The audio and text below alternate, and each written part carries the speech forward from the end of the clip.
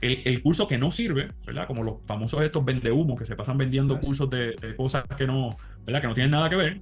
Si tú lo miras desde una manera lógica, estamos viendo es algo espectacularmente funcional. Se puede mover en cualquier posición.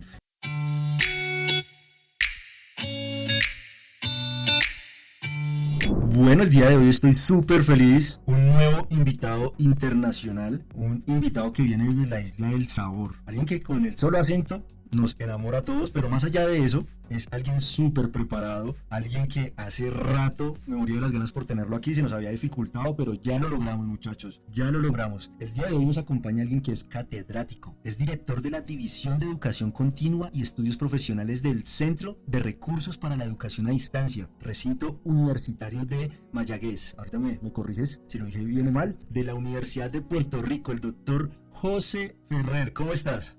Saludos, saludos, Emerson.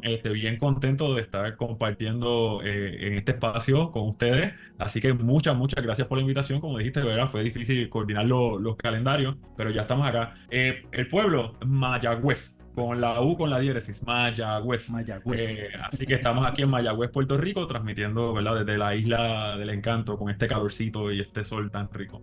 Eso es así. Súper, súper. Pues bueno, les comento para las personas que nos están viendo y escuchando, el doctor José es alguien que me he percatado en las redes sociales que tan pronto sale una noticia de inteligencia artificial, él la monta, así esté desde el carro, así esté desde donde esté, él siempre está a la vanguardia de últimas noticias de inteligencia artificial. ¿Cómo haces? ¿Cómo haces para estar tan enterado? Pues nada, uno tiene primero que nada el network, ¿verdad? La conexión con otras personas, seguir a las personas que están haciendo investigación, desde parte de nosotros que estamos en la academia, que estamos en las universidades, pues leemos, nosotros usamos el Spanglish, ¿verdad? Usamos la palabra papers, que son artículos de revistas arbitradas, ¿verdad? Entonces es muy largo el nombre, así que lo decimos en inglés.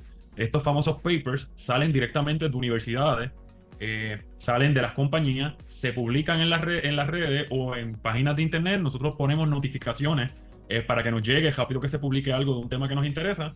Lo leemos y miramos, ¿verdad? Lo que está pasando. A veces podemos entonces anticipar qué es lo que se va a hacer tendencia en los próximos días, porque típicamente primero sale la noticia de este adelanto de una universidad y luego entonces tenemos estos adelantos en las compañías que nos hacen llegar estas tecnologías a nosotros. Así que esa es la forma en que nos mantenemos integrados, y ahora pues a veces pues usamos sistemas de inteligencia artificial para resumir 50 páginas académicas bien complejas en cosas más sencillas que las personas puedan consumir de manera más rápida. Y eso es lo que hago en las redes, ¿verdad? Llevando esa información lo más rápido posible de lo que nos afecta, ¿verdad? Yo trato, Emerson, de que sea información que no es útil, que no sea útil, ¿verdad? Porque si se inventan algo por allá que pues, no tiene ningún impacto ni en mi trabajo, ni en lo que yo hago, ni en cómo enseño, pues pasa un poquito más desapercibido. Pero si tiene impacto en la forma en que yo hago las cosas y en la forma en que yo me desempeño, pues tenemos mucho interés.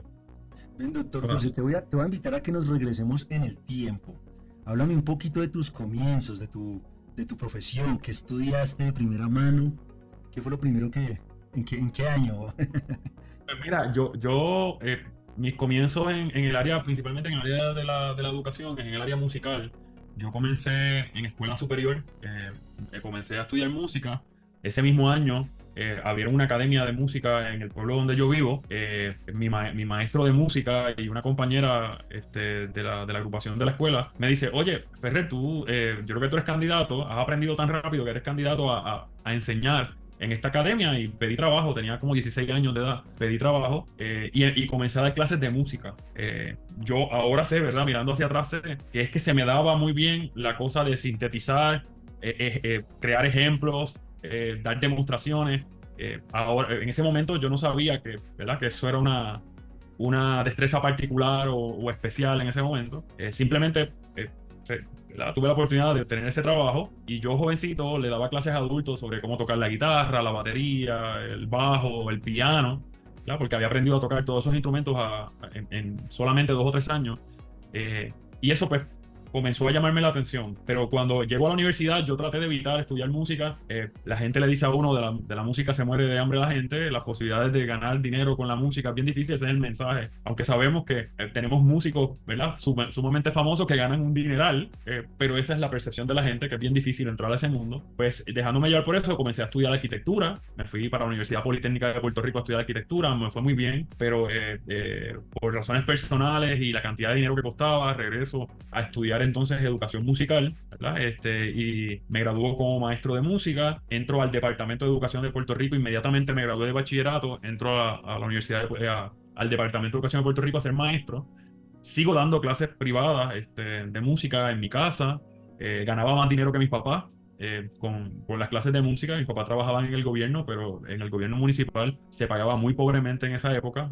Dar clases privadas era como un lujo, ¿verdad? Tomar clases privadas de música era como un lujo. Pagaba muy bien y yo recibía gente de diferentes partes de la isla. Vuelvo de nuevo, yo en esa época no sabía que eso era especial, ¿verdad? Que otras personas viajaran 2 horas para tomar clases de música conmigo a tan temprana edad, yo no lo entendía como algo especial. Ahora, ¿verdad? Después que estudié maestría en Bellas Artes, maestría en Administración y Supervisión, y estudié un doctorado en educación, miro hacia atrás y me doy cuenta, ¿verdad? De que esas características pues fue lo que me llevaron a lograr lo que he hecho, y la capacidad para comunicar pues es algo que también se me da, ¿verdad? Entonces esa combinación de cosas es lo que me permite, así que comencé para ir hacia atrás siendo maestro de música en la sala de clase.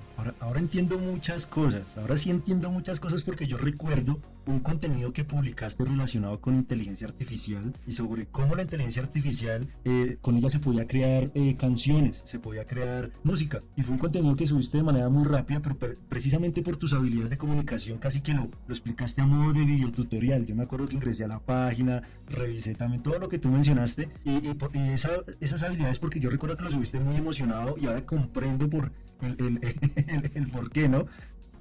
Sí, sí. La emoción en ese momento fue mucha. Si nosotros miramos el momento en que estén viendo las personas, tus escuchas, las personas que te estén viendo, posiblemente si lo ven rápido este video, están viendo que el tema de la música y la inteligencia artificial se había velado anteriormente, pero no con la fuerza que se está hablando en estos días, ¿verdad? En estos días se está hablando fuertemente, pero ese video que tuviste fue hace meses, ¿verdad?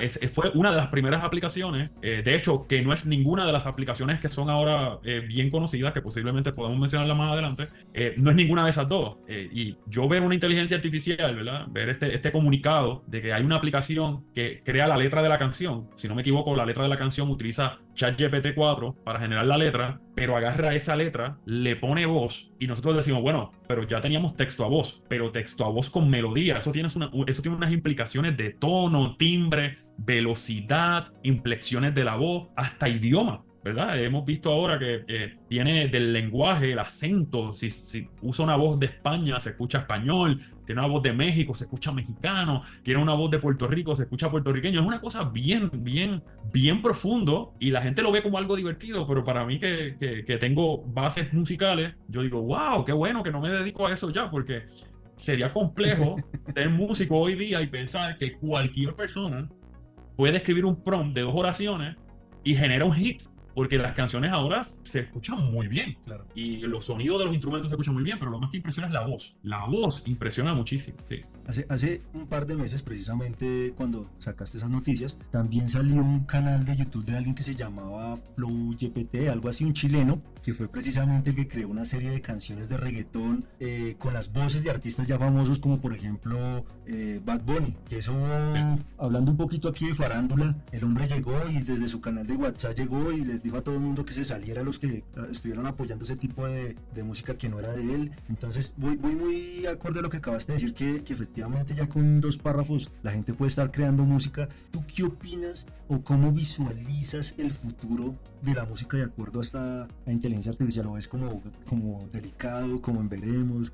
No, yo creo que tenemos unas cosas bien presentes del ahora, ¿verdad? No es tanto el futuro, es el ahora. Ya vi canales de YouTube donde la música que se ejecuta es música generada por inteligencia artificial, ¿verdad? Tú puedes tener un canal de YouTube de rock donde ninguna canción es de humanos, es la música, el audio, los instrumentos, las voces son generadas por inteligencia artificial. Entonces, con otras inteligencias artificiales que han salido recientemente, generan los videos. O sea que hemos vuelto a la época de MTV donde el video es importante para la música, pero son videos que son tan complejos, tan fluidos, tan extraños, que si tú fueras a producir eso en la vida real, ¿verdad? Como se hacía antes de la inteligencia artificial, eso te costaría, cada video costaría miles y miles y miles de dólares. Entonces, o sea, tenemos canales de Spotify que son 100% de música de inteligencia artificial. Entonces, en algún momento vamos a tener un chart de éxitos de inteligencia artificial. En vez de tener el Billboard, los primeros 40, vamos a tener los primeros 40 de inteligencia artificial. Vamos a tener aplicaciones donde tú vas a escuchar música que se genera de manera instantánea a base de tus likes. Emerson, tú escuchas una canción que te gusta de rock latino, tú no sabes que es generada por inteligencia artificial, pero le das like. La próxima canción va a ser generada específicamente con esos gustos de esos likes, pero no le van a pagar a ningún músico, a ningún sonidista, a ningún escritor, a ningún autor, a ningún cantante. Y es un modelo de negocio súper lucrativo. Piensa en Airbnb. Airbnb, una compañía que alquila locales y casas y apartamentos que no son de ellos. No tienen apartamentos, pero ellos alquilan.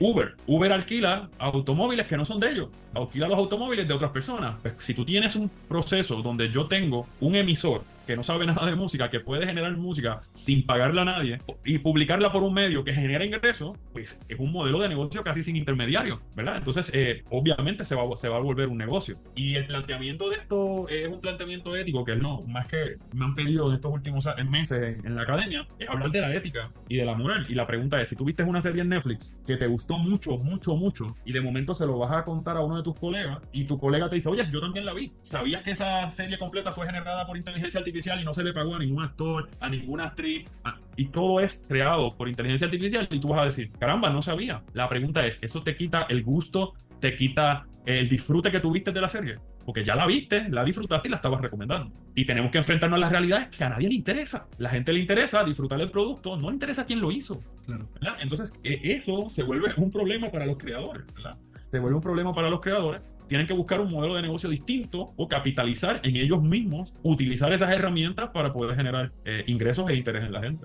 Mira que yo la otra vez reflexionaba en relación a eso y pensaba lo siguiente, si acaso lo que un artista va a poder devengar es con sus shows en vivo, serían los conciertos y ni eso, porque mira que ya uno visualiza en internet esas presentaciones en vivo con las megapantallas que se ven los robots y los supercolores, ya ni siquiera eso porque se para el DJ en la mitad y el resto es la mega presentación con los videos y todo, entonces definitivamente es el presente, sí, porque si alguien que tiene conocimientos en relación a la inteligencia artificial con la música y lo combina con herramientas también de multimedia como Sora, de videos, que ahorita también está súper potenciado, y combina ambas cosas, pues genera un producto musicalmente hablando completo. Sí, ya hay canales completos de YouTube y en otros medios que utilizan videos creados por Hyper, que Sora todavía sigue siendo privado, nosotros no tenemos acceso, ¿verdad?, a la mayor parte de lo que podría hacer Sora, pero entonces sale esta otra compañía que se llama Hyper AI y ahí tú puedes generar, ¿verdad?, esos pedazos de videos que puedes combinar y crear un video extenso. Entonces ya hay personas, ¿verdad?, capitalizando en eso.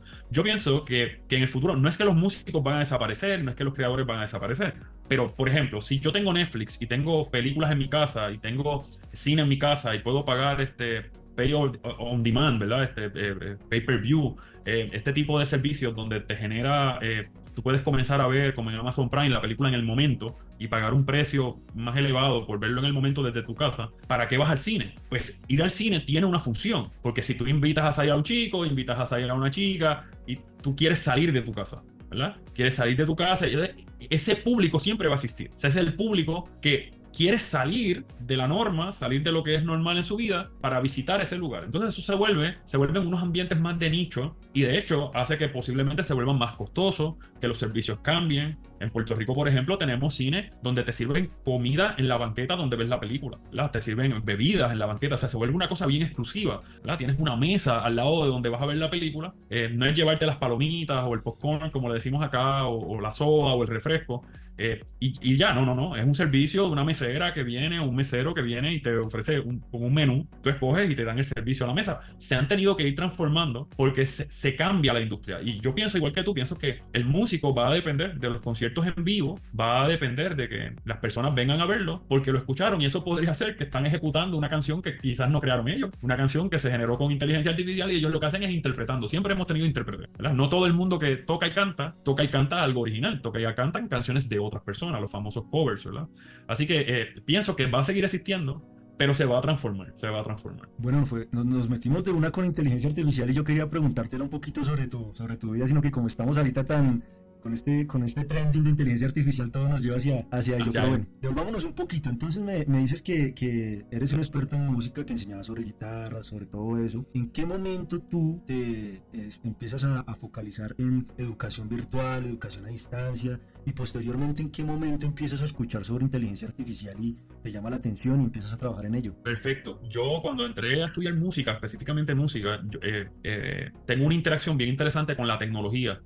Algún profesor escribió una propuesta y le aprobaron fondos para crear un laboratorio de computadoras que iba a permitir a los estudiantes de música desarrollar música MIDI, que eso ya casi nadie lo habla, música MIDI, utilizar software programados para crear música. En ese momento alguien le dice a la directora de departamento, Ferrere es bueno en el área de tecnología porque él crea sus propias pistas, sus propios arreglos. Yo llevaba años dando clases de música, ¿verdad? Estaba estudiando música, pero llevaba años ya dando clases de música porque empecé en escuela superior. Y alguien se entera de eso y me dicen, el profesor escribió la propuesta, sabemos que esto es el futuro de la música en los próximos años, pero la persona que escribió la propuesta no sabe usar nada de esto, todo esto es completamente nuevo. Y me dicen, si en el verano tú te estudias los libros de programado y sabes y ensamblas las computadoras nuevas, las sacas de la caja, montas las mesas, todo este tipo de cosas, nosotros vamos a dejar que tú des la clase, ¿verdad? Entonces yo estaba en bachillerato, estaba en mis primeros años de estudio de la música, de nivel, ¿verdad? Formal, a nivel universitario, y tengo la oportunidad de ensamblar un laboratorio de computadora, y ahí como que la cosa de la tecnología y la computadora se volvió otro nivel, ¿verdad?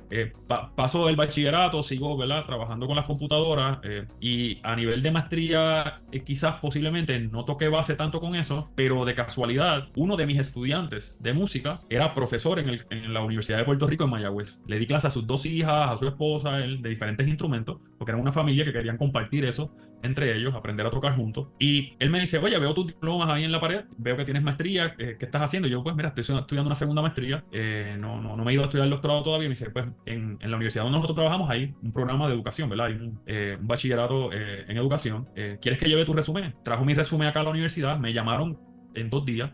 Me entrevistaron y como 2 días después me llamaron de nuevo de que me iban a contratar. Así que yo trabajaba como maestro de música en el departamento de educación, estaba estudiando en la universidad y por las tardes daba clases privadas de música. Cuando entro a la universidad, de verdad aquí no hay un programa de música, lo que es un programa de educación, y para lo que me querían era para trabajar principalmente con el área de tecnología educativa. Y obviamente comienzo a dar clases de computadora en la educación, a enseñar Microsoft Word, PowerPoint, Excel, todo este tipo de cosas. Y en ese proceso me dicen, te tienes que ir a estudiar el doctorado en tecnología educativa, y a la misma vez tenemos que comenzar a hacer investigación en educación a distancia. Queremos ver qué depara el futuro en la educación a distancia. Pagan unos programados para tener clases virtuales. En esa época todavía yo no sabía lo que era Zoom ni Teams, yo creo que no existían. Utilizamos una plataforma que se llama Illuminate, que yo creo que ya ni está en el mercado. Era un sistema de videoconferencia para enseñar, y fuimos de los primeros profesores. Yo fui de los primeros profesores que enseñó por videoconferencia una clase de filosofía en la educación, sumamente estresante porque los equipos no funcionaban como funcionan ahora.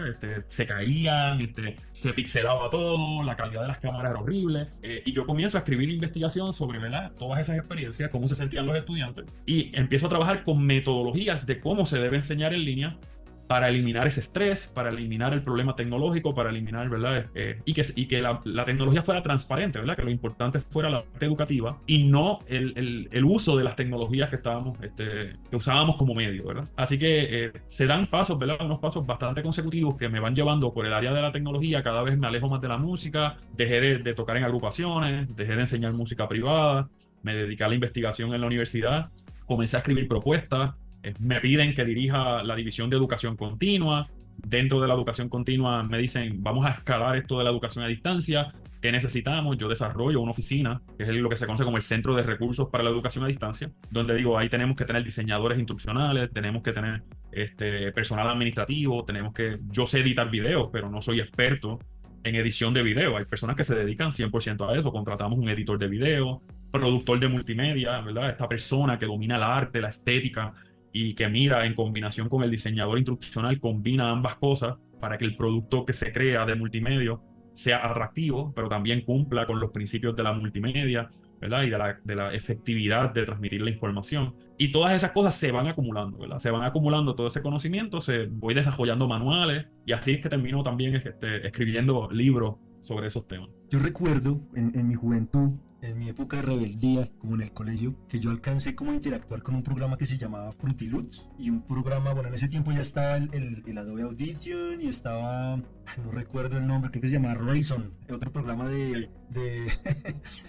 esos programas eran como los que se empezaron a poner de moda para crear como pistas de reggaetón, de hip hop. ¿Los alcanzaste a utilizar? Estos son los programas que ahora se volvieron FL Studio, ¿verdad? Fruity Loops. Es creado por un creador de juegos de video. No sé si sabías eso, pero esta persona No. lo que creaba era juegos de video. Entonces decide crear como un proyecto dentro de una empresa en la que lo contrataron, crear esto como un proyecto separado. Se lo presenta a los dueños de la compañía de juegos de video y le dicen, ¿qué vamos a hacer con esto? Si esto es para hacer música y esto no tiene nada que ver con un juego. Y dice, pues combiné el gusto por los videojuegos con crear música. Y creé una interfaz que me permite trabajarlo como si fuera un juego. Y ellos decidieron lanzarlo gratuito, bien interesante, pero allí en aquella época trabajamos con eso. Trabajamos con con Finales, Sibelius, Cubase. Ahora Cubase es bastante conocido. Pro Tools, ¿verdad? Y si nosotros miramos esas herramientas de aquella época, parecen juguetes comparadas con las de ahora, ¿verdad? Ahora Sí. con los plugins, los pedales, los efectos. Es increíble el nivel de detalle, ¿verdad? Que se puede manejar dentro de la música. El Pero todos Virtual estos DJ, programados comenzaron bien básicos, sí. el Virtual DJ, ese todavía está Sí, por ahí. sí, no, ahora cualquier persona tiene mucho más calidad de producción en su celular de lo que había en las computadoras en esa época de que tú estás mencionando. Pero aún así le permitió a muchos músicos salir de la caja de lo que eran las disqueras y lanzar sus propios tracks de manera casera y darse a conocer. Y luego eso con la combinación de la llegada de YouTube, pues imagínate. Ahí tenemos la famosa música underground de Puerto Rico que empezó a salir el reggaetón y ¿verdad? Cualquier persona podía hacer una pista y los muchachos comienzan a cantar rap o house encima de eso, ¿verdad? Con ese calor y la parte bien puertorriqueña y terminó, ¿verdad? Saliendo el reggaetón y todo ese tipo de cosas. Súper, súper. Bueno, ya me comentaste entonces cómo te metiste en el mundo de la educación. ¿En qué momento tú escuchas conceptos de machine learning, inteligencia artificial? ¿En qué momento tú escuchas eso y dices, interesante, quiero irme por Pues ahí? mira, sí. Yo, las primeras veces que escuché Machine Learning, yo juraba que hablaba de que uno aprendía con las computadoras. Yo decía, pues, eso lo sabemos todo, ¿verdad? Claro. No me hacía sentido, ¿verdad? Porque ese término era tan importante. En el año 2012 se publica un libro de un profesor de MIT, creo que el apellido es Ion, es un apellido raro. El libro se llama Robot Proof, a prueba de robots, y tenía que ver con la educación universitaria. Yo estoy ya dirigiendo un departamento aquí en la universidad, y un profesor de matemática, en paz descanse, que ya falleció hace algunos años, me dice, Ferrer, tienes que leer, tú estás en una oficina administrativa, tú desarrollas cursos para educación continua adicional a lo que das de educación formal, yo creo que tú tienes que leer este libro. Y él me da una copia física del libro, Robot Proof, porque él lo acaba de leer y se lo terminó en 2 o 3 días. Yo agarré ese libro, me iba de vacaciones, me fui en un viaje y en un viaje de estos largos de un país a otro, ¿verdad? Un país continental a otro, que se da en bus, en autobús. Estoy muchas horas encerrado y en vez de ponerme a ver el paisaje, agarro el libro y yo digo, "Oye, déjame leer el libro", porque me sentí comprometido de que me lo regalaron y cuando yo regresaba tenía que poderle comentar, ¿verdad? Sobre su regalo, ¿verdad? Entonces, ese era el sentimiento de por qué saqué el libro en el medio de unas vacaciones. Saco el libro y la realidad de Emerson es que no pude parar. Yo sigo leyendo y leyendo y leyendo y ahí empieza a hablar de que en el futuro la inteligencia artificial se va a mezclar con la robótica, los robots van a empezar a quitarnos nuestros trabajos, todo va a ser, ¿verdad? Una complejidad de transición. Y este doctor escribe sobre eso, se anticipa a esto que está pasando ahora y dice, y si eso llega, la universidad tiene que hacer A, B, C, D, ¿verdad? Eso es lo que tiene que hacer la universidad para sobrevivir. Por eso el libro se llama Robot Proof, a prueba de robots. Yo vengo a Puerto Rico, después de eso lo comento con él, lo comparto y comienzo a buscar información adicional y empiezo a ver lo de Big Data, grandes datos, que habíamos acumulado datos como humanidad por muchos años, pero no teníamos la capacidad de procesarlo. Luego, en el 2015 sale la noticia del proyecto Deep Learning de DeepMind de Google, que le gana al campeón de Go. Y unos años después, yo voy entendiendo y mirando ese libro, y yo digo, eso que yo leí en el libro está pasando, pero ya, y no han pasado 3 años, esto parece interesante, déjame discutirlo. Aprendo sobre los temas de Machine Learning, ahí entiendo que es que las máquinas aprenden con ciertos algoritmos que se le programan, que la inteligencia artificial ya existía, pero que el Machine Learning va a hacer que se programen más rápido y que aprendan más rápido porque aprenden de esos grandes datos. Aprendo sobre el Deep Learning, aprendo sobre los Neural Networks, ahí leo sobre Geoffrey Hinton. Y yo digo en el 2017, yo no me puedo quedar con esta información solo, tengo que comenzar a dar charlas sobre el tema, a ver qué dicen otros académicos. Y dentro de mi carga de trabajo, comienzo a programar unas charlas nocturnas, una vez o dos por semestre, donde el título es la educación superior en la era de la inteligencia artificial. Eso le llamaba mucho la atención a profesores de programación, a profesores de matemática, a profesores de robótica, a profesores de ingeniería mecánica del recinto. Emerson se conectaban, qué sé yo, 12, 13, 14 personas y hablábamos de ese libro y el if es si pasa esto y está pasando esto otro y si pasa aquello vamos a tener este problema, tenemos que buscar cómo resolverlo. De momento la población fue aumentando, pero cuando en noviembre del 2022 sale ChatGPT 3, que ya yo había visto ChatGPT 1, ChatGPT 2, ya yo estaba experimentando con DALL-E, con Midjourney, para dar las mismas capacitaciones estas que daba, de momento pasa esto, yo digo, wow, ya esto es otra cosa, ¿verdad? Ya llegó el momento de que este señor, de que el señor Ion nos había anticipado. Ofrezco una capacitación, le digo, conozco a la persona que dirige HEADS de Puerto Rico, yo me imagino que en sus países tienen HEADS, Hispano-American Technology in Education, tiene el título en inglés, pero es una institución básicamente hispana latinoamericana que habla de la tecnología en la educación. Le digo, ¿qué te parece si damos una conferencia abierta internacional sobre este tema? Eso fue, creo que a finales del 2022. Llegaron 500 personas porque el límite de Teams eran 500 personas. A los talleres que yo daba antes llegaban 12, 13, quizás 25 personas y de momento ya no cabían la cantidad de personas que querían entender qué era lo que estaba pasando. Y de ahí en adelante, pues ese ha sido el tema y no hemos parado. Uy, pero bueno, el impacto fue duro, o sea, pasar de 12, 14 personas a tener grupos mayores de 500 personas fue bastante fuerte. Yo te hago una pregunta, tú en tu rol también de maestro, ¿cómo incitas a tus estudiantes o a los estudiantes de tus profes a que usen la inteligencia artificial? Porque pues tiene su delgada línea entre bien, utilizando la inteligencia artificial para salir del trabajo de manera rápida y sin comprender qué se hizo, o también para llegar al resultado y que la persona comprenda. ¿Tú cómo incentivas a tus estudiantes para hacer uso de la inteligencia artificial? Sí, perfecto, Emerson. Antes de hacerle una recomendación, ¿verdad? A cualquier docente, parte de mi trabajo académico, ¿verdad? Porque yo enseño sobre cómo enseñar, ¿verdad? Esa es mi especialidad. Entonces, hacemos lo que se conoce como investigación en acción, que es que cambiamos cosas leves en nuestra propia metodología y vamos documentando cuáles son las mejorías o cuáles son las diferencias o si sale peor. Yo llego en enero del 2023 y digo, ya no queda remedio, yo sé que mis estudiantes van a utilizar este tipo de herramientas para hacer las tareas que yo les asigno, yo tengo que reestructurar las tareas con el conocimiento previo de que estas herramientas existen, ¿verdad? Cosa que yo no tenía antes. Entonces empiezo a reestructurar las tareas y les digo a mis estudiantes, esta tarea se va a realizar con inteligencia artificial, ¿verdad?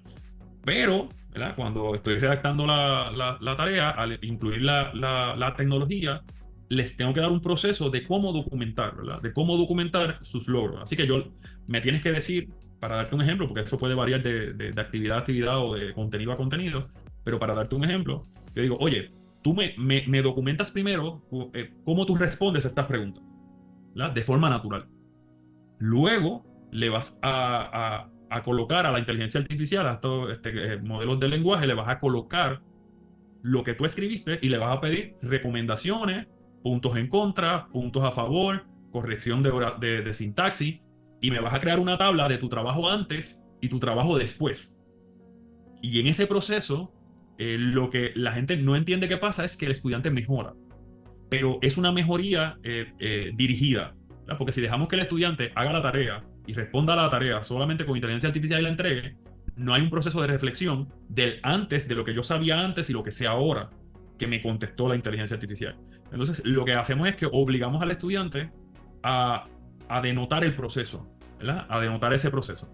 Así que básicamente aplica para cualquier cosa, ¿verdad? Si estás dando una clase de música, dime, ¿cómo harías tú la melodía para... tienes la armonía, ¿verdad? O tienes la melodía, ¿cómo harías la armonía para esta melodía?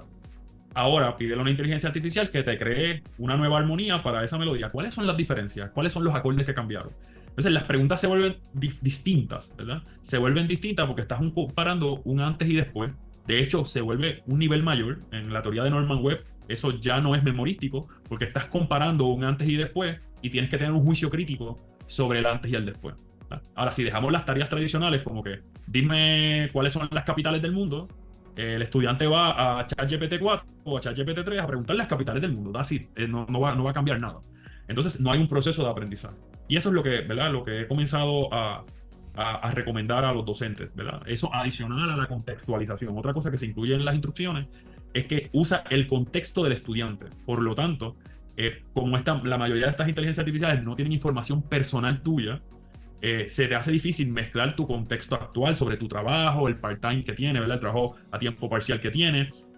No tiene ese contexto. Y si yo te digo que vas a crear un negocio, ¿verdad? Estás estudiando empresas en la universidad, vas a crear un negocio y me tienes que decir el pueblo donde lo vas a crear, cuál es la localidad, el número de la calle. Empiezas a traer un contexto que la inteligencia artificial no tiene, pues vas a mezclar lo que te da la inteligencia artificial con lo que tú sabes.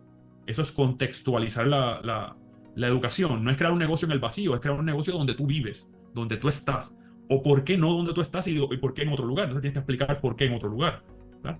Y eso permite que el estudiante tenga una reflexión mucho más profunda sobre su proceso educativo.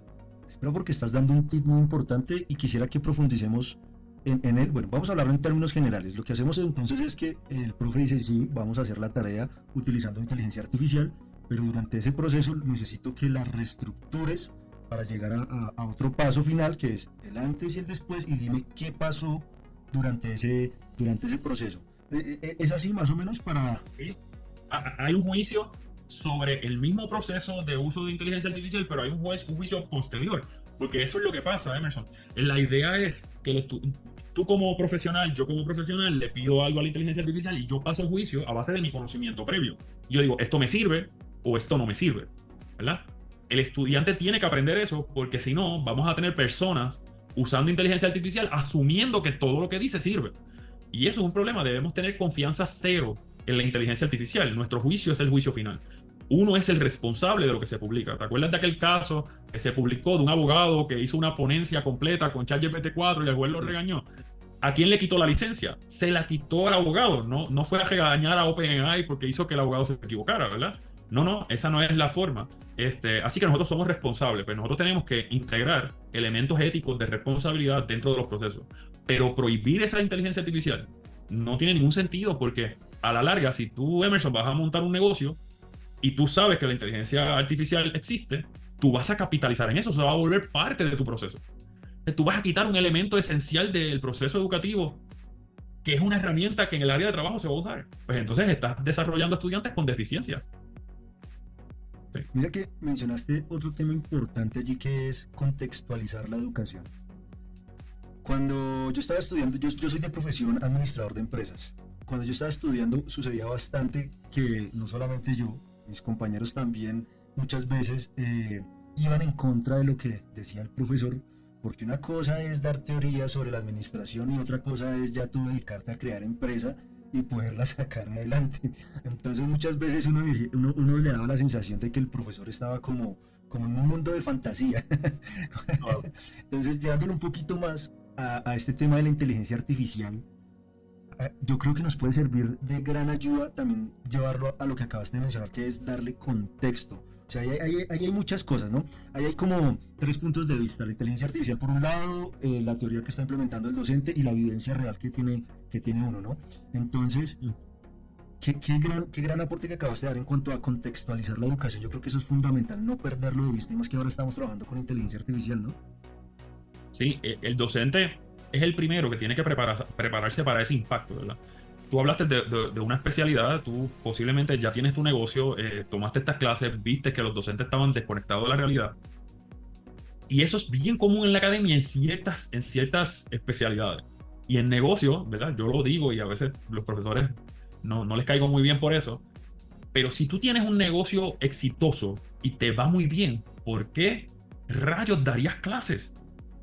Entonces, muchos de estos docentes estudian un bachillerato en administración de empresas, una maestría en administración de empresas, un doctorado en administración de empresas, se van a la academia a dar clases, pero nunca han administrado un negocio y menos han creado uno. Porque administrar el negocio de otro es una cosa y crear el propio, ¿verdad? Ser emprendedor es otra, ¿verdad? Y entonces, pues tenemos esa desconexión, ¿verdad? Esa desconexión. Y hay docentes que si no han tenido esa experiencia, le va a dar trabajo ponerse en la mente del estudiante y contextualizar. Y si ellos no lo pueden hacer, ¿cómo le van a pedir eso a los estudiantes? ¿Verdad? Y eso es algo que se está discutiendo ahora en la academia. Nosotros le llamamos, ¿verdad?, el efecto del docente estrella, que es que tú vas a tener un docente de muchos que sí, que pasó por esa experiencia, por alguna razón le nace enseñar y lo que transmite es parte de su experiencia. Y ese docente inmediatamente tiene una diferenciación sobre los demás docentes que terminaron el mismo grado que él, pero nunca tuvieron la experiencia. Los estudiantes no se matriculan en la universidad para tomar clases en la universidad, sino porque están buscando a ese docente. Yo quiero aprender de ese docente, el que creó la empresa X, que se volvió una empresa multimillonaria y ahora él tiene la oportunidad de clase en la universidad porque él recibe un cheque o recibe un depósito de una empresa que administran otros, ¿verdad? Y él se volvió, ¿verdad?, un inversor pasivo. Entonces eso le da esa libertad financiera y todo el mundo quiere esa libertad financiera, ¿verdad? Entonces tú dices, oye, yo quiero aprender de esa persona, de esa persona. Si yo fuera a estudiar estudios hispánicos, yo quiero estudiar con la persona que ha publicado libros y que tiene un bestseller. Y yo reviso el programa académico y digo, oye, ¿cuántas de estas personas de verdad tienen publicaciones y sus publicaciones venden? Oye, ninguno. Pues me voy para otra universidad, una universidad, ¿verdad? Que tenga escritores, que de verdad valga la pena aprender de sus experiencias y que me diga cómo funciona la industria y cómo funciona la editorial y cómo puedo publicar en Amazon y cómo ahora puedo utilizar inteligencia artificial para escribir, ¿verdad? Lo debo utilizar, cuánto lo debo utilizar. Pero si el docente nunca ha escrito nada, difícilmente el estudiante vaya a encontrar ese amor por conectarse con esa otra persona. Y en este caso, tenemos una dicotomía aquí, que es que tenemos ahora personas en las redes de manera pública con unos conocimientos increíbles enseñando estos conceptos fuera de la academia, ¿verdad? Tenemos personas como el de los gimnasios, Emosi, que las ofertas de 100 millones de dólares, ¿verdad? Esta persona creó una empresa multimillonaria con esto de los gimnasios y de momento dijo, deja eso allá, ahora yo voy a vender libros, me voy para YouTube. Pero tú sabes que viene de la industria, que viene de tener un negocio exitoso y tú dices, yo quiero aprenderle él. Pero él no está en la universidad, él está en YouTube. Entonces estamos compitiendo, las universidades están compitiendo con eso y eso era algo que aparecía en el libro Robot Proof, ¿verdad? Cuando se cumple la utopía de que la educación debe ser abierta para todos y todo el conocimiento debe ser público, los que facturan por el conocimiento se meten en un lío, en un problema, porque ¿cómo yo voy a cobrar por un grado de una cosa donde los mejores no están en mi institución, están en otro sitio, ¿verdad? Y lo están brindando en un modelo de negocio gratuito o por suscripción, tú pagas una mensualidad y recibes todas esas actualizaciones, todas estas recomendaciones. Y tenemos la vertiente equivocada también, que es que las personas que fingen tener ese conocimiento, fingen saber de lo que están hablando, se montan un canal de YouTube y tú ves que tienen miles y miles y miles de millones de seguidores, pero no saben de lo que están hablando y siempre se quedan patinando en lo mismo, ¿verdad? Hazte rico con un canal de YouTube, hazte rico vendiendo libros, hazte rico vendiendo cursos. Pero ellos se hicieron ricos, ¿verdad? De esa misma forma, ¿verdad? Vendiendo productos, Claro, no claro. enseñando otra cosa, ¿verdad? No enseñando. El que te dice, vamos, el ejemplo perfecto es este: hazte rico invirtiendo en criptomonedas. Y esa persona se hizo rico, pero no fue invirtiendo en criptomonedas, fue dando cursos con su canal en YouTube y vendiendo libros, ¿verdad? Pero con criptomonedas no fue. Y ahorita Eso es interesante. los de cripto ahorita están evolucionando a ser expertos en inteligencia artificial. Se está viendo bastante de eso, ¿no? Sí, porque la idea es tú tener un tema del que hablar en tu curso, en tu libro, en tu canal de YouTube, ¿verdad? La idea no es saber mucho sobre el tema, sino poder vender algo sobre el tema. Entonces, eso es un problema, ¿verdad? Eso es un problema. Pero de que los hay que saben mucho, ¿verdad? Personas que son expertos en bienes raíces y enseñan en YouTube. Pues entonces, ¿para qué yo voy a ir a una universidad a estudiar bienes raíces? Yo no estoy diciendo que la universidad no tenga pertinencia. La universidad tiene una garantía, ¿verdad? De que hay unas personas y unos filtros para escoger a estas personas que dan clases. Y eso ayuda muchísimo. Pero la universidad se está enfrentando a eso ahora y tiene que demostrar que tiene esa pertinencia y que tiene esos filtros que van más allá a lo que tenemos en las redes. Porque si no, pues se nos hace bien difícil competir. Es que yo hacía un análisis la otra vez en relación a estas plataformas de cursos con videos rápidos, como por ejemplo Udemy, Platzi, no sé si lo has escuchado, Sí. directamente Platzi. Pues se corre mucho el rumor de que básicamente las universidades están como, entre comillas, en guerra con este tipo de plataformas porque le están quitando los estudiantes. Obviamente sale los fundadores, como por ejemplo Freddy Vega, diciendo, no, yo no estoy en guerra con las universidades, antes trabajamos mutuamente. Bueno, sabemos que eso es más que todo un tema ahí como de tener afinidad, pero la realidad es que si el mercado a ti te exige tener habilidades específicas, por ejemplo, en un nuevo programa para entrar a desarrollar, y las universidades no están actualizadas, pero si llega un loco que montó unos profesores y montó su curso actualizado, pues la gente va a ir a caminar hacia lo que en el futuro le va a dar su sostenibilidad, su papita, como decimos acá. Entonces realmente yo pienso que las universidades tienen que desarrollar, ya sea por medio de sus materias selectivas, etcétera, pues cursos que estén a la vanguardia y que permitan que el estudiante una vez salga, pues efectivamente pueda ser alguien apto laboralmente para el mercado laboral de acuerdo a lo que estudió, ¿no? Eso es así. Hay materias que son poco movibles, son materias que se pueden mantener y que se pueden enseñar igual por muchos años, pero hay otras que la movilidad, el cambio es la constante, ¿verdad? Entonces, las universidades tienen sistemas burocráticos, administrativos, que impiden que se creen estos cursos nuevos, bachilleratos, grados nuevos, programas nuevos, y eso, ¿verdad? Es algo que yo he dialogado mucho acá en mis conferencias.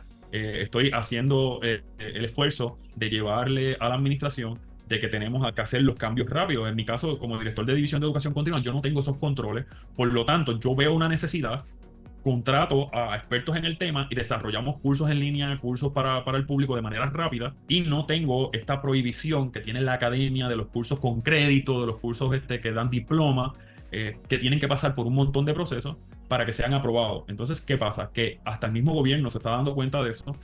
Para desarrollar programadores, para desarrollar personas que dominen la inteligencia artificial, no podemos esperar que las universidades hagan esto. Entonces, estas plataformas se vuelven lugares buenos para desarrollar estas competencias, estas destrezas, sin necesidad de tener que pasar por esa burocracia. Y entonces se deja a manos del mercado y del espectador la cancelación, la optimización o la divulgación. Si el curso es bueno y a mí me ayuda a conseguir trabajo y yo mantengo mi trabajo porque tomé el curso en Platzi o porque tomé el curso en Udemy o tomé el curso en Coursera, yo se lo voy a decir a otra gente.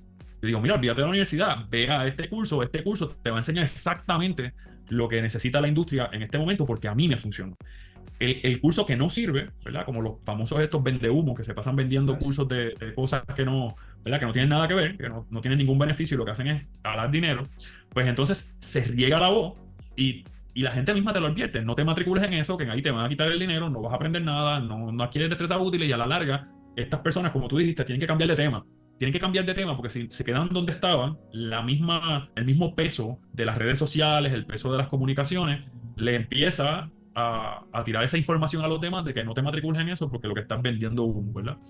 Así que eso es algo que yo veo que estas plataformas tienen su lugar, ¿verdad? La universidad tiene su lugar y estas plataformas tienen su lugar. Yo mismo aprendo mucho, ¿verdad? Cuando me matriculo en MOOCs, ¿verdad? En cursos masivos para aprender temas nuevos. Y una de las cosas que la academia no hace es que el curso se vuelve bueno y pertinente durante el proceso que se está dando el cambio. Pasó el tema, cejaste el curso y no hay problema con eso está bien. Ya no es pertinente, pues ciérralo, pero los académicos abren sus cursos y quieren enseñarlo a los 30 años que van a trabajar y retirarse enseñando el mismo curso porque enseñar el mismo curso es más fácil, no tienes que prepararte de nuevo, ¿verdad? Así que, y eso pues ya no es pertinente, ¿verdad? Mantener una misma temática durante 30 años, pues en esta época no es pertinente. Yo creo que de pronto aplica, pero para carreras muy específicas, ¿no? No sé, de pronto la medicina, cosas que uno tiene que ver de manera fundamental desde un comienzo, pero ahorita con este mundo tan cambiante, sí, efectivamente un curso tú lo lanzas ahorita y en 3 meses ya hay actualizaciones y ya toca estarlo actualizando constantemente y estar ahí. Eso es así, eso es así. Materias como física, eso casi no cambia, matemática no cambia, pues ¿verdad? Las personas que enseñan esto pueden enseñarlo durante muchos años de la misma forma. Pero manejar negocios. Entonces, la mayoría de las universidades en Puerto Rico, ninguna tiene una maestría en e-business, en negocios de la internet.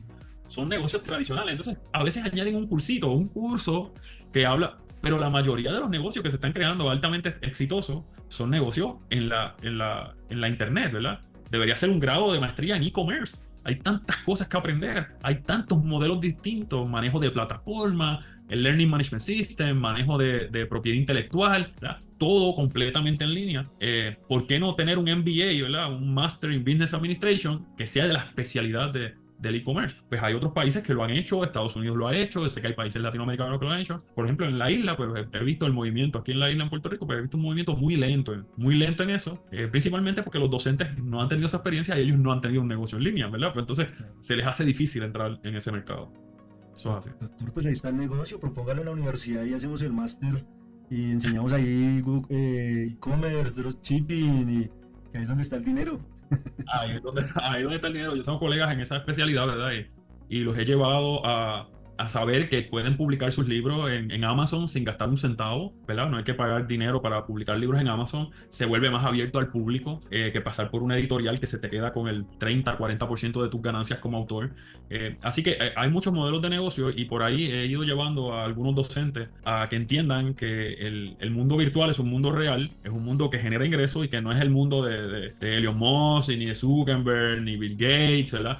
No, hay personas de carne y hueso, personas reales que creamos contenido. Yo tengo mi propia plataforma de brindar cursos, tengo mis publicaciones en Amazon, me generan ingresos pasivos, ¿verdad? Gano dividendos de eso y yo trabajo a tiempo completo en la academia, ¿verdad? O sea, no hay que dejar la academia para dedicar a tener un negocio en línea. Así que eso es un mensaje que estamos llevando poco a poco, con más fuerza ahora en el 2024. Bueno, y ahora que mencionaste el tema de los libros, yo justamente estaba viendo que el día de ayer, esto está fresquito, muchachos, esto está súper fresquito, ¿no? El doctor José Ferrer dice, presentando mi más reciente libro, Inteligencia Artificial en la Sala de Clase, guía para la integración de la IA en actividades centradas en los estudiantes. Ahí le hace el agradecimiento al doctor Marcos Vélez Rivera por este espacio para compartir ideas. No se lo pierdan, estar en vivo y siempre pueden realizar sus preguntas. Bueno, cuéntame, antes de hablar en concreto de este libro, ¿tienes otras publicaciones? He escuchado que dentro de toda esta conversación mencionas muchísimo la lectura. Cuéntame un poquito más sobre esto. Sí, yo comencé, mi primer libro se llama del salón físico al salón virtual. Es una guía para cambiar los cursos de la sala presencial a la educación a distancia. Para el que sabe de educación sabe que así no se hace educación a distancia. Eso es bien importante, no es lo ideal. Lo ideal es tú diseñar el curso desde cero para ese ambiente, para el ambiente a distancia. Pero en mi universidad se daba una particularidad, que la educación a distancia no era el centro, no era lo más importante, no era algo que se estaba haciendo. Por lo tanto, mi experiencia es que estábamos tomando cursos presenciales y los estábamos modificando para la educación a distancia a través del Centro de Recursos para la Educación a Distancia. Era lo que nos pedían los departamentos académicos, nos pedían los docentes. Yo comienzo a acumular una cantidad de información, empiezo a crear una guía para poder darle algo a los docentes de cómo iban a hacer ese proceso, esa transición de la sala de clase presencial a la sala de clase a distancia. Y una compañera de trabajo me dice, Ferrer, esta guía está tan larga que parece un libro, deberías publicarlo, pero fue a manera de chiste, ¿verdad? Era un chiste. Porque lo que estaba diciendo que era contraproducente darle una guía tan larga a los docentes porque nadie iba a leer todo eso para preparar su curso. Y yo digo, pues mira, tienes razón, yo he hablado en algunas ocasiones en uno de mis cursos de tecnología que una de las técnicas de trabajar con los estudiantes con tecnología era decirle a ellos que iban a publicar un libro. Pero no estábamos hablando de libro en Amazon, estábamos a usar Word para escribir, ¿verdad? 2 o 3 páginas y tú tomas esas 2 o 3 páginas, ese cuento con esos estudiantes y lo combinas con los otros 25 del grupo, pones los 25 cuentos juntos y dices que tienes una publicación, una antología de cuentos, ¿verdad? Si estás enseñando literatura en la escuela. Y eso era una forma de motivar a los estudiantes, porque los estudiantes se sentían que estaban publicando un libro, pero no era de manera literal que estaban publicando un libro, era un documento que se lo podían enviar a sus papás con una portada, como los periódicos escolares. No sé si recuerda, cuando estaba en la escuela estaba el periódico escolar y era una metodología de enseñarte a escribir correctamente, buscar información, triangular información para publicar. Pues esa es la historia de mi primer libro. Mi primer libro de verdad era una guía para que los docentes no me hicieran tantas preguntas. Pues yo comienzo a escribirlo. Esta persona me hace un chiste de que debería publicarlo porque es muy largo. Y yo digo, oye, déjame ver dónde lo publico. Comienzo a investigar en internet y veo varias opciones, pero llego a Amazon KDP y veo que es gratis. Y eso era reciente, ¿verdad? Yo digo, oye, ¿puedo publicar mi libro gratis? ¿Cómo se hace eso? Empiezo a investigar y termino subiendo mi libro de manera digital. El libro se sube de manera digital, veo que hay personas, lo tiro por las redes, algunas personas lo compraron, quizás no con tanta, ¿verdad?, vehemencia que, que la gente no está comprando los libros ahora. Ahora, pues, compran mis libros, rápido que publico un libro, pues comienzan a comprarlo porque se utilizan hasta en la academia para hacer ciertos procesos y enseñar. O sea que mis libros con el tiempo se han vuelto cada vez más serios, son libros más serios, más pensados para el público que de verdad va a leer, no para los docentes que iba a guiar acá. Entonces, una vez publico ese libro y lo comienzan a comprar, creo un segundo porque había un capítulo específico de ese libro que hablaba de que los materiales educativos había que convertirlos en multimedia, en video. Se recomendaba que fueran en video por las teorías de este investigador que establece los principios del aprendizaje por multimedia. Ahora se me escapa el nombre, es Michael algo. Pues esta persona tiene estos principios y yo los menciono en el libro, pero no le digo a nadie cuál es el paso a paso de tomar una presentación de PowerPoint y crear un video, ¿verdad? Y crear un video. Richard Mayer, perdona, no es Michael, es Richard Mayer. Los principios del aprendizaje por multimedia de Richard Mayer. Yo menciono eso dentro del libro, que los videos deben cumplir con esos aspectos, pero no digo cómo hacerlo porque es solamente un capítulo del libro. Y alguien me dice, oye, deberías decirnos y explicarnos cómo tú conviertes tus presentaciones en video, cómo te grabas tú mismo, qué cámara usas. Y termino creando otra guía, que es el de diseño de materiales educativos para cursos en línea. Lo publico también y las personas comienzan a comprarlo. Pero llega la pandemia. Y en la pandemia, mi gráfica de venta de libros se dispara porque todo el mundo estaba pasando por el proceso raro que estábamos pasando aquí, que era salir de la la sala de clase presencial a moverse a la sala de clase en línea. Y de momento, pues la gente me empieza a reconocer en el tema de la educación a distancia, porque era la única persona en Puerto Rico que tenía un libro de educación a distancia, pero práctico, no teórico. No es qué es la educación a distancia, para qué sirve lo que... No. Es, tú estás dando clase en la sala de clase, tienes estos materiales con estas tareas, ¿cómo hacemos eso para llevarlo al sistema de gestión de aprendizaje y qué adaptaciones tienes que hacer para que sea efectivo, que sea altamente efectivo? Dentro de eso, publico, hago unas investigaciones sobre las mejores prácticas de la educación a distancia acá y termino creando un modelo. Ese modelo fue aceptado en una revista arbitrada porque fue un curso de ingeniería, se probó en un curso de ingeniería de radiofrecuencia. Una profesora que trabajó para NSF, trabaja con radiofrecuencia, es la única puertorriqueña que tiene un libro académico de casi 300 páginas sobre radiofrecuencia. Ella la contrató NSF y se fue de la universidad a trabajar con NSF. Y viene ella, montamos este curso con todas las mejores prácticas, desarrollamos el modelo, publicamos un paper, publicamos un artículo y nos escogen para presentar en Australia. Y vamos a presentar en la Convención Internacional de Enseñanza de Ingeniería en Australia. Ella aparece como la autora del artículo porque si lo enviaba yo, pues no me lo aceptaban porque yo no soy ingeniero. Entonces la Convención de Ingeniería lo aprueban, viajamos allá, presentamos y la acogida del modelo fue bien grande. Y ahí publico mi tercer libro o mi cuarto libro sobre el modelo multiestratégico para la enseñanza efectiva en línea, ¿verdad? Entonces, y así fui desarrollando, ¿verdad? Esa línea de libros, pero después de la pandemia fue principalmente donde más, ¿verdad? Tuvimos esa oportunidad de llegar a más personas, así que las personas ahora están pendientes de qué es lo próximo que yo publico, y yo lo que hago es buscar cosas de tecnología que sean prácticas, Emerson. Yo trato de escribir de la forma más práctica posible. La cosa teórica en ese libro del modelo multiestratégico, todo es teórico, pero todos mis demás libros son altamente prácticos. Es lo que se hace en la sala de clases. ¿Sabes? Yo no enseño nada. Una de las filosofías personales es que yo no enseño nada que yo no haya hecho, ¿verdad? Y ahí contrarresto lo que te dije ahorita de los profesores de administración de empresas, ¿verdad? Que enseñan sobre negocios que nunca han tenido, ¿verdad? En este caso, yo nunca enseño algo o escribo sobre algo que yo no he hecho. O sea, que cuando yo escribo, por ejemplo, sobre evaluación en la era de la inteligencia artificial, era porque, como tú ahorita me preguntaste, ya yo lo estaba haciendo con mis estudiantes y dije, esto es lo que, ¿verdad?, me está funcionando, voy a publicarlo porque la evaluación era las preguntas que más me hacían. Y este es el libro más reciente porque alguien me dijo, oye, nos estás diciendo cómo usar nosotros la inteligencia artificial para desarrollar el curso, nos estás diciendo lo que tenemos que hacer como institución, pero todavía no nos has dicho cómo yo enseño con la inteligencia artificial en la sala de clase para que el estudiante adquiera esa destreza también. Y de ahí es que viene este libro. Súper, súper. Dame un resumen de este libro de inteligencia artificial en la sala de clase, como el abrebocas, para que la gente vaya y lo busque y lo quiera leer. Perfecto. Mira, ahora que llevo ya algunos años teniendo este tipo de negocio y estudiando un poco más de cerca el mercadeo, pues el capítulo 1 es el gancho. El gancho es el capítulo 1. Tiene un título controversial que todavía me extraña que nadie lo ha replicado, ¿verdad? Que nadie me ha dicho en las redes por qué le llamaste así ese capítulo. Ese capítulo, de esa forma específica de usar inteligencia artificial o esa tarea específica que podemos integrar a inteligencia artificial, se llama Hablando con los muertos. Y lo hice adrede. Yo dije, oye, hablando con los muertos va a sonar controversial, ¿verdad? Se oye como algo... Pero por supuesto, tenebroso. Medio tenebroso, ¿verdad? Medio tenebroso. Yo dije, ese puede ser el gancho. que la gente empieza a criticarme por haberle puesto ese título. Pero mira, de verdad la gente está comprando el libro. De hecho, alguien hizo un video. Alguien hizo un video sobre esa estrategia específica y la gente le pone al abajo curioso, ¿verdad? Curioso el título, pero no causó tanta controversia como yo pensé. Pero yo lo hice intencional, la idea era que causara controversia, ¿verdad? Yo sabía que podían llamarme la atención por eso. Pero hablando con los muertos, yo desarrollé, después de varias pruebas, un mega prompt, ¿verdad? Nosotros hablamos ahora de ingeniería de prompts. Un mega prompt con unas instrucciones bien específicas que las probé en ChatGPT 4, en Gemini y en Cloud 3.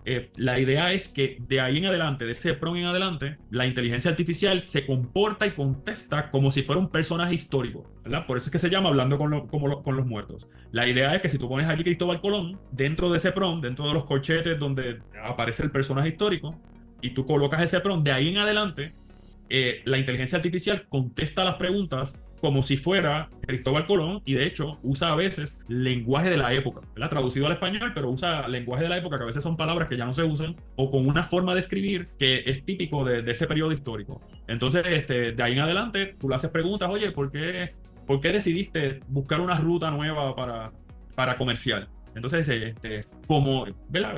Se espera que la inteligencia artificial, porque eso varía, ¿verdad? De vez en vez, como navegador, yo tenía el interés de, ¿verdad? Entonces empieza a hablar como si fuera Cristóbal Colón, pero esa actividad tiene unas instrucciones, porque tú no te puedes casar, ¿verdad? Yo hablé de nuevo de confianza cero.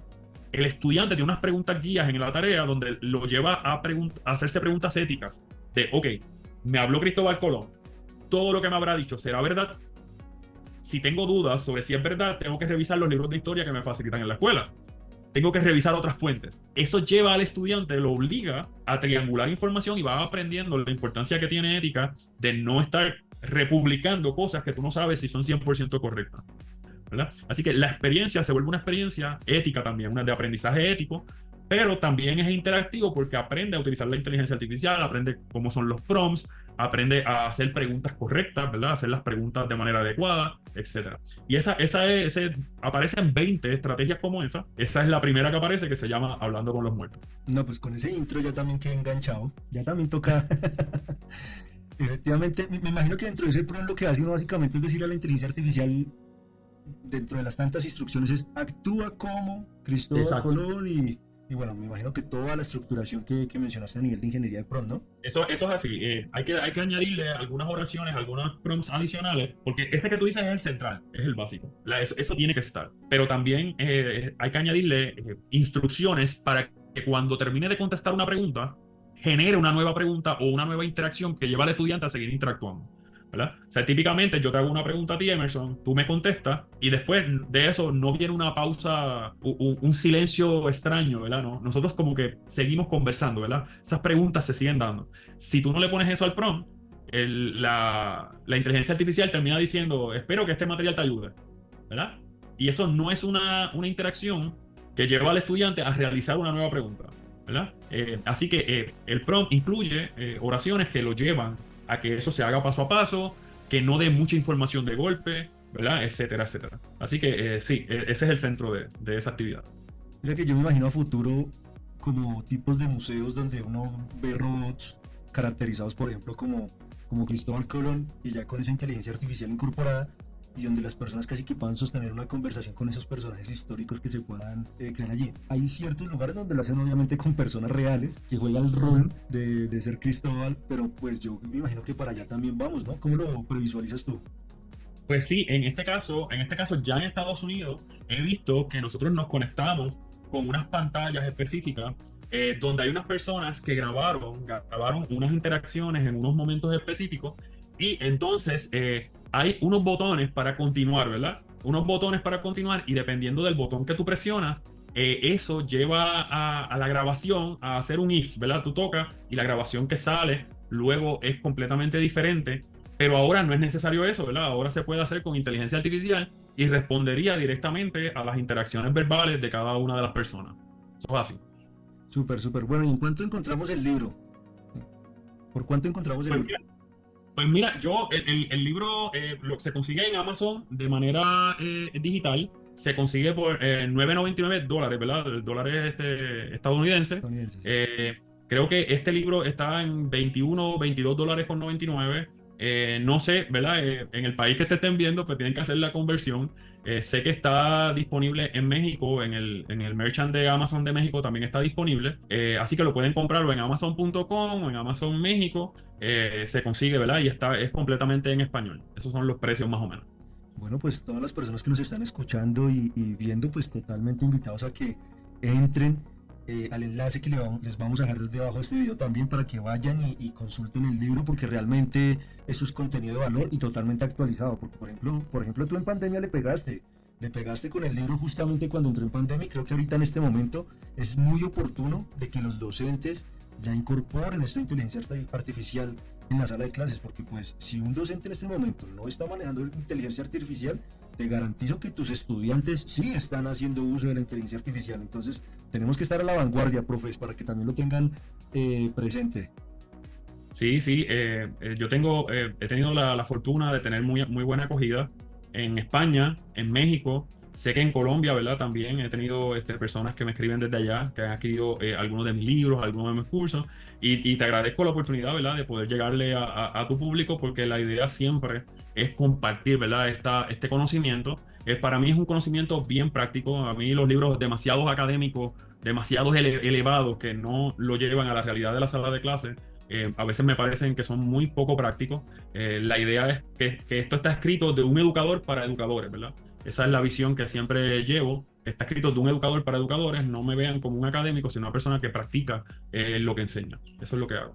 Listo, doctor José. Y aprovechando que estábamos hablando de robots, ahorita que lo mencionamos también, pues quería compartirte este video de una empresa que se llama Boston Dynamics. Es una empresa totalmente especializada en robótica, viene trabajando en ello durante muchísimos años y lanzó este último video de este robot basado en inteligencia artificial que da un poquito de miedo en relación a cómo se transforma o se comporta este robot, porque cada vez tiene, Dios mío, mírenmelo al detalle, mira cómo se levanta, es una cosa. Tiene forma humana, pero tiene una particularidad que lo hace más efectivo como humano, en la forma que se para, cómo se vira.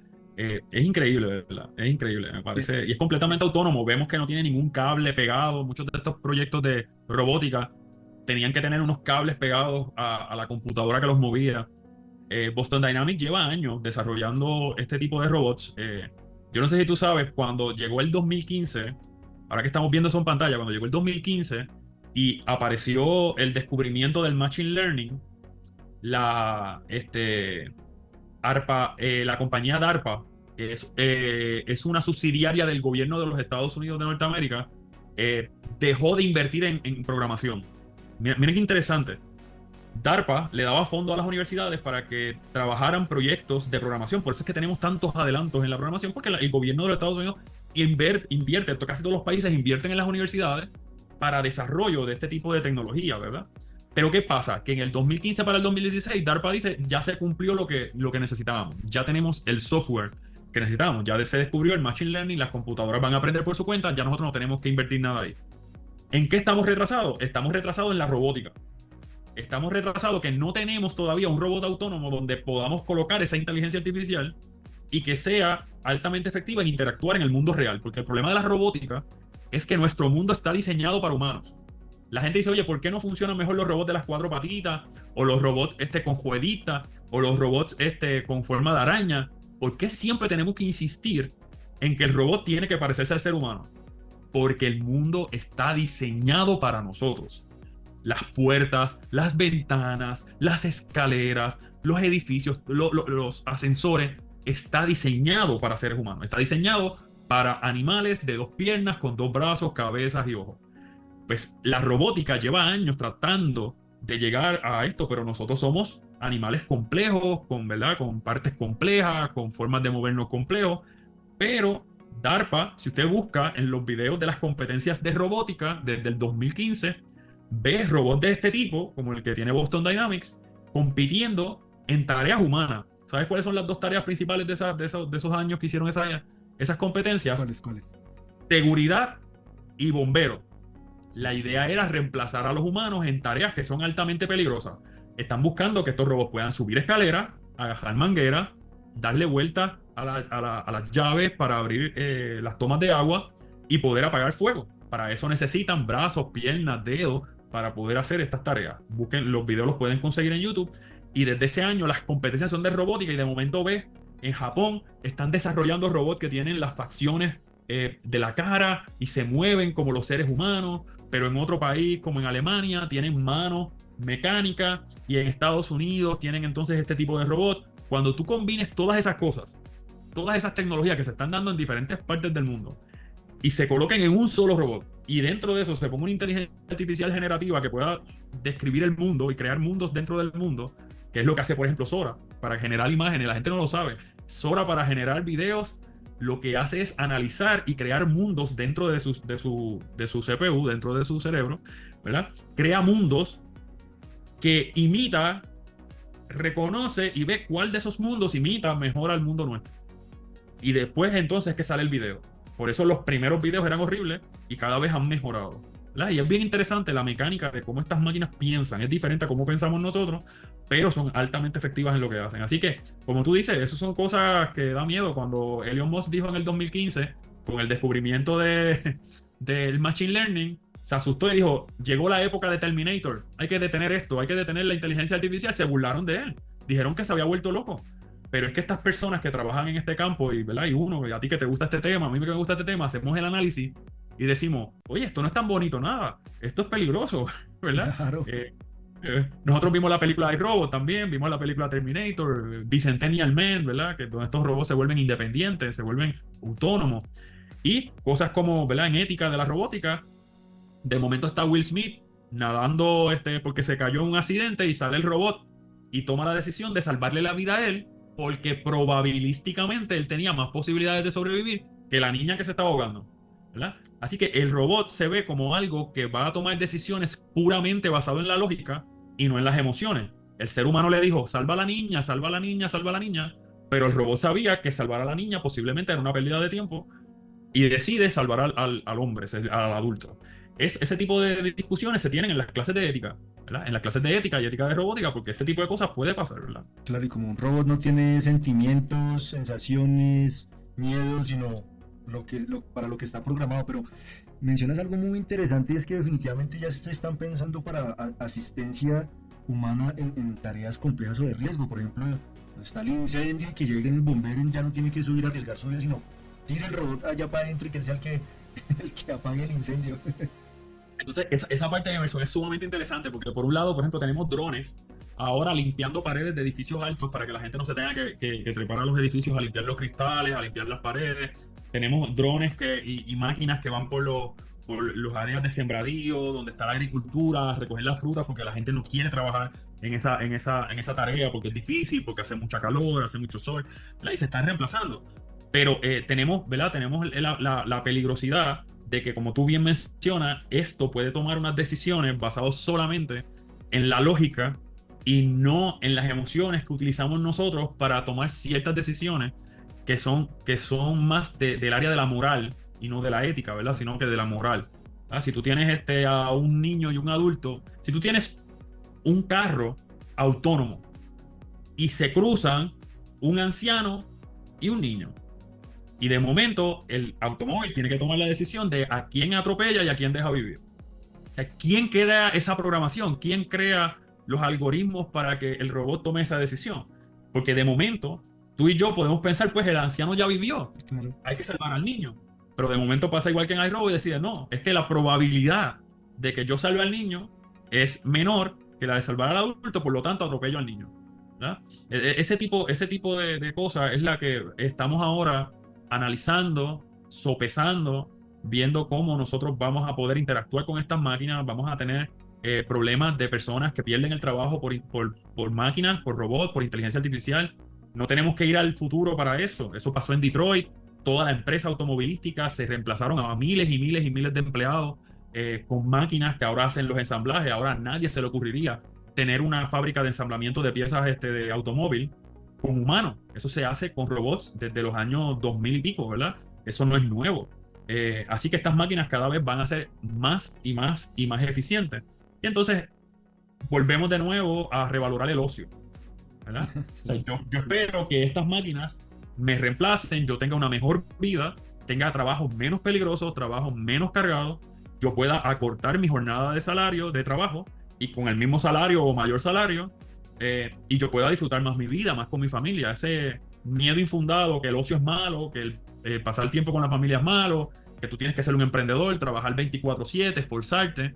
La sociedad nos ha llevado por ese lado y el valor del ocio sigue siendo el fin común. Todo el mundo quiere estar libre, tener libertad de hacer lo que quiera y hacer las cosas porque las ama y porque le gustan. Pero alguien nos enseñó en el camino que tenemos que ser altamente productivos. Pues, ¿qué pasa si los robots toman esa área? Pues sería muy bueno, ¿verdad? O sea, por un aspecto tenemos peligro, por otro aspecto podría ser algo excelente. Pero ¿será que nos volvemos gorditos como en la película de Wile?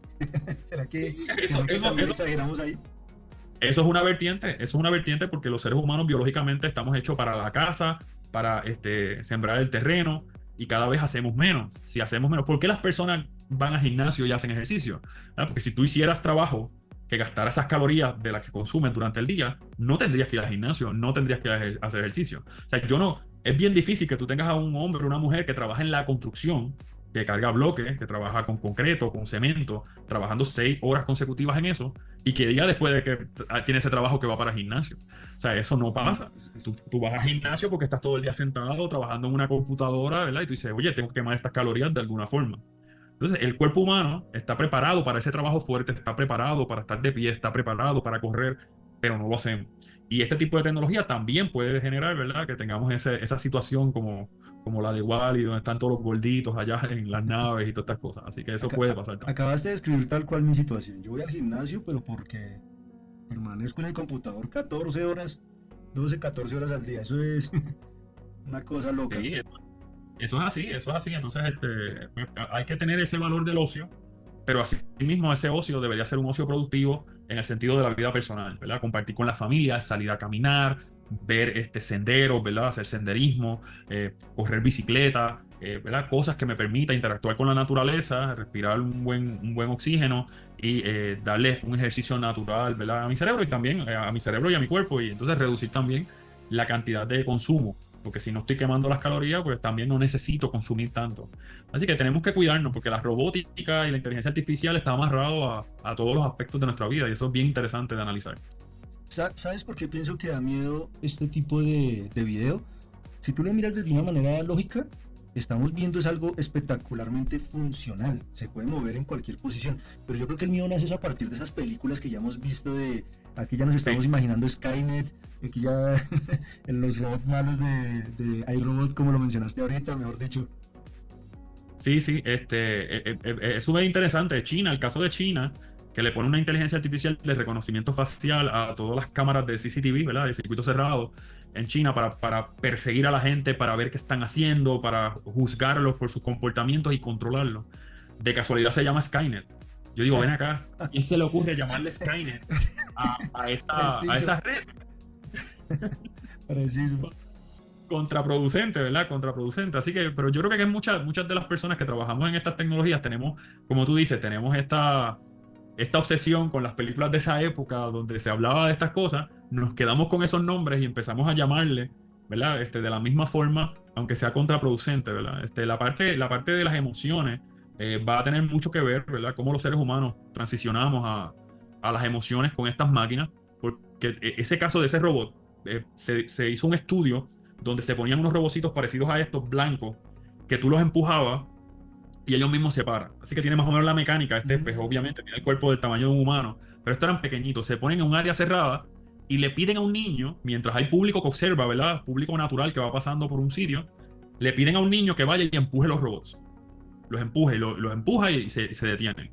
Cuando entonces hacen el estudio, que les recogen el pensar del público que está observando eso, se denota que las personas comienzan a desarrollar emociones negativas hacia el niño y emociones positivas de compasión hacia los robocitos. Y eso es un problema. Eso es un problema, ¿verdad? Porque tú estás desarrollando emociones hacia una cosa. Y a eso nos llevó a pensar la película Her. La película Her, ella, ¿verdad?, es una persona que se enamora de una inteligencia artificial de un edificio. Si esta cosa, que es un programa, te levanta por la mañana y te dice, Emerson, ¿cómo estás hoy? ¿Cómo te has levantado? Y tú dices, muy bien. Y después te dice, oye, Emerson, ¿y qué vas a hacer hoy? ¿Vas a grabar algún podcast? ¿Vas a grabar algún programa? Y dice, oye, sí, hoy voy a tener a este invitado, al doctor José Ferrer. Y luego, qué bueno, te deseo un lindo día. Y luego te encuentras con un humano que te dice, oye, Emerson, llegaste tarde. ¿Y por qué te tardaste tanto? Debes madrugar más. Y empiezas a tener interacciones negativas que no están programadas en la inteligencia artificial. La inteligencia artificial, ChatGPT, siempre te habla de forma positiva, siempre contesta lo que tú quieres, aunque no pueda contestarlo, se lo inventa, si no, ¿verdad? Si no lo sabe, se lo inventa, y siempre es positivo. Pues, ¿qué tú haces? Terminas generando emociones negativas hacia las personas y emociones positivas hacia una cosa. Pues quizás, no, quizás en nuestra lógica de adulto no tiene mucho peso, pero en un niño que se cría con ese tipo de tecnología positiva, contrapone contra las interacciones negativas con los seres humanos, o en un anciano que su familia lo abandonó, que no lo visita, esa es su única compañía. Si la computadora o el robot se le daña, se le va a partir el corazón y va a querer arreglarlo y va a pagar cualquier cosa. No porque le den otro, sino porque le den ese, porque con ese es que tiene las interacciones y ese ya aprendió de su comportamiento. Y esa parte es sumamente interesante. En estos días tengo un congreso con la Asociación de Psicología de Puerto Rico, donde vamos a estar hablando del yo y el desarrollo de la inteligencia artificial, por no hablar también de la robótica, ¿verdad? Pero es esa interacción que vamos a tener los seres humanos y esa reflexión profunda que tenemos que tener sobre si yo voy a tener emociones hacia cosas, ¿verdad? APA cometió un error gravísimo con eso. La American Psychology Association recomendó citar a ChatGPT. Y yo, ¿por qué tú vas a citar a ChatGPT? ChatGPT es una cosa, no es una persona. ¿Qué le estás reconociendo? ¿Derechos de autor a una inteligencia artificial? ¿Le estás reconociendo autoría a una inteligencia artificial? ¿Le estás reconociendo propiedad a una inteligencia artificial? ¿Le estás reconociendo responsabilidad a una inteligencia artificial? Esos son varios argumentos que la inteligencia artificial no le interesa. No le interesa tener propiedad, no le interesa que le respeten la propiedad, no le interesa que le respeten la autoría, no le interesa. De hecho, como no tiene iniciativa todavía, no funciona a menos que tú se lo pidas. Por lo tanto, ¿verdad? Vamos, esta es la analogía.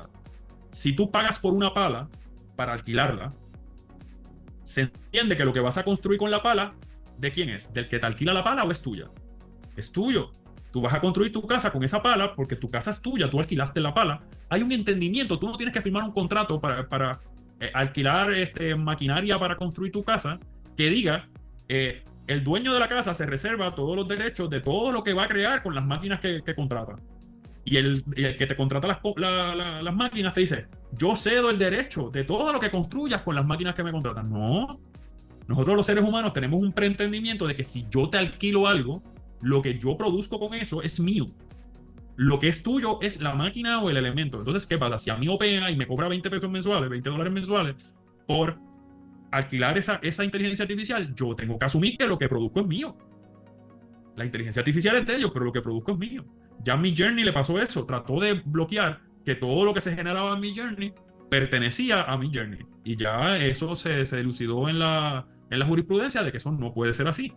Como máximo podría ser, ¿verdad? Una coautoría compartida, pero eso no bloquea de que la persona que genera esa imagen puede hacer lo que quiera con ella, ¿verdad? Porque la generó él, ¿verdad? La máquina es la máquina, no le está respetando los derechos de autor a nadie, ¿verdad?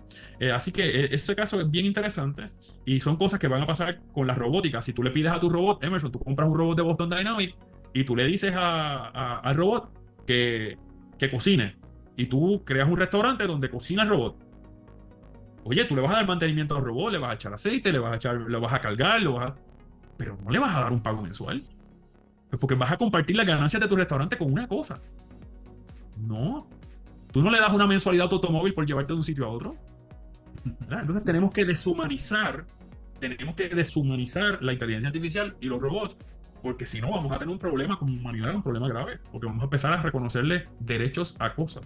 Ya hay unos casos documentados que aguanta hacerle seguimiento.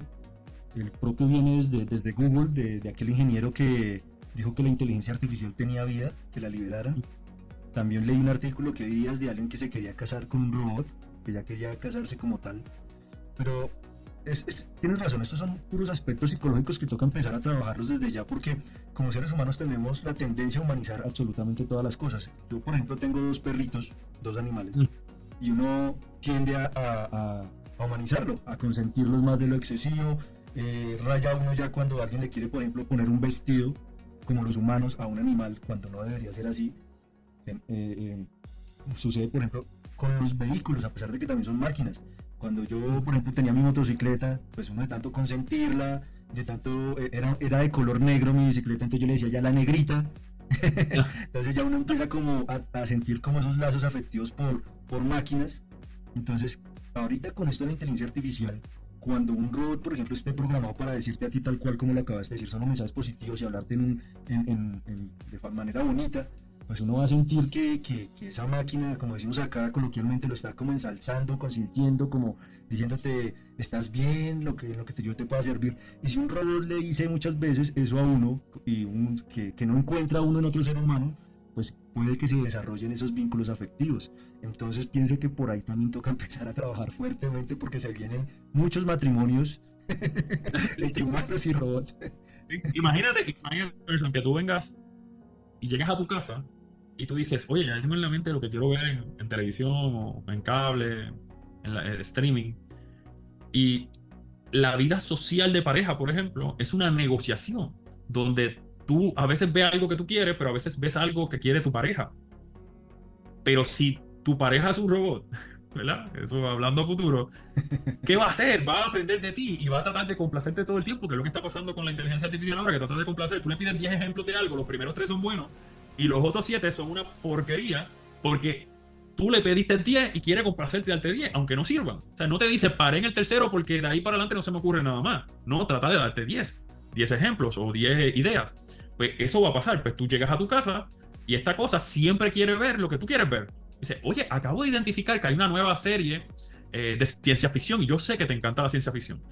Y vamos a sentarnos a ver ciencia ficción. Y de momento no hay tan linda mi inteligencia artificial. es tan linda, ¿verdad? Tan hermosa, ¿verdad? Entonces, comparas eso con una pareja real, ¿verdad? Con una pareja humana que te dice, pero ¿qué me estás hablando de series? No tenemos tiempo de ver series. Tenemos que hacer compras, tenemos que limpiar la casa, tienes que arreglar la tubería, tienes que hacer esto, ¿verdad? Y esa es la relación real de pareja.